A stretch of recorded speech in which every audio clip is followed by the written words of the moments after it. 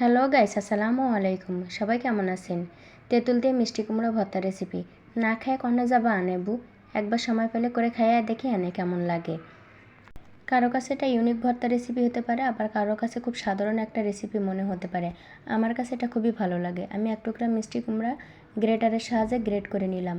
সাথে আছে ধনিয়া পাতা কুচি এবং কাঁচামরিচ কুচি, আর সাথে থাকছে পাকা তেঁতুল, বিট লবণ এবং চিনি।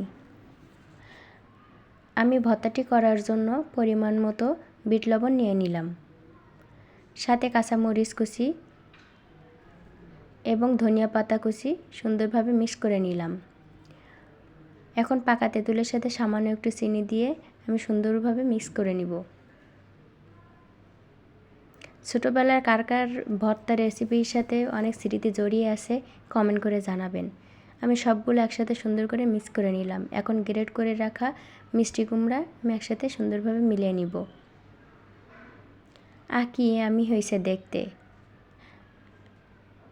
কার কার জিভে জল চলে আসে কমেন্ট করে জানান। এখন আমার টেস্ট করে দেখার পালা।